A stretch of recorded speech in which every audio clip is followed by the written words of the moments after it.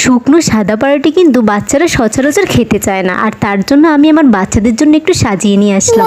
আর কিভাবে সাজিয়েছি তা আপনাদের সাথে শেয়ার করব, তাই দেখার জন্য শেষ পর্যন্ত থাকুন। প্রথমে এক পিস পাউরুটি নিয়ে নিব, আর পাউরুটির মধ্যে চামচ দিয়ে পুরো পাউরুটির মধ্যে চিনিগুলো মেলে দিব।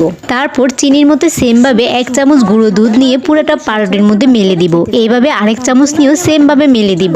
এরপরে দিয়ে দিলাম হরলিক্সটা খেতে কিন্তু অনেক বেশি মজা, আর বাচ্চাদের সবচেয়ে বেশি ভালো লাগে এটা খেতে। পুরো হরলিক্স দিয়ে দুধের গুঁড়ো পুরো মিক্স করে নিলাম, দেখতে এত ভালো লাগতেছে, খেতে তো আরো বেশি মজা লাগবে। তারপরে আরেকটা পাউরুটি দিয়ে উপরে চাপ দিয়ে দিলাম। এরপর ভাবলাম যেহেতু এটা বাচ্চাদের জন্য, তাই শুকনো না রেখে একটু যদি ভিজিয়ে দেওয়া যায়। এরপরে আমি কি করলাম, গরুর দুধ দিয়ে দিলাম। দেখুন একটা চা চামচ করে অল্প অল্প করে গরুর দুধ পুরোটা মিশিয়ে নিলাম। এতে করে পাউরুটিগুলো অনেক সফট এবং নরম তুলতুলে হয়ে গেল। আর একটা চাকু নিয়ে পাউরুটিগুলো 4টা ভাগ করে নিলাম। আর একটু টেস্ট বাড়ার জন্য এবং দেখতে সুন্দর দেখানোর জন্য আমি উপর দিয়ে আরেকটু হরলিক্স দিয়ে দিই। আর দেখুন দেখতে যেমন সুন্দর দেখাচ্ছে, খেতেও কিন্তু তেমনই টেস্ট লেগেছে। আর আপনারা সবাই আপনাদের বাচ্চার জন্য এটা ট্রাই করতে পারেন। আল্লাহ হাফেজ, আসসালামু আলাইকুম।